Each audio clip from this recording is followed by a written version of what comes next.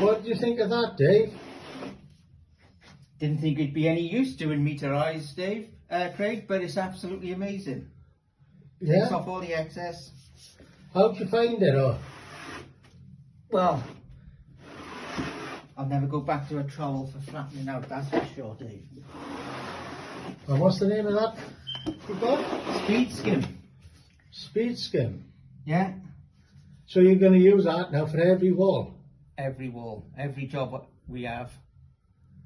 I'm Right. using it. Okay. And it's great for ceilings. Is it? Amazing. Okay, so we'll use it on the ceilings as well then. You've done it with the ceilings then, have you, Dave? I've used it on the ceilings, yeah. Yeah? Saves so much time. There we are, you can see how Dave is doing it with it. You could even get your labourer to do it. Really? Flatten out for you. Look at that. Normally it takes Dave quite a while to flatten off. But he's flattening this really good.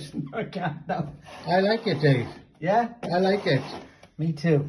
I can get more customers for you now, Dave, couldn't we? That's right. Okay, thank you, Dave. Thanks, Dave. That's Dave.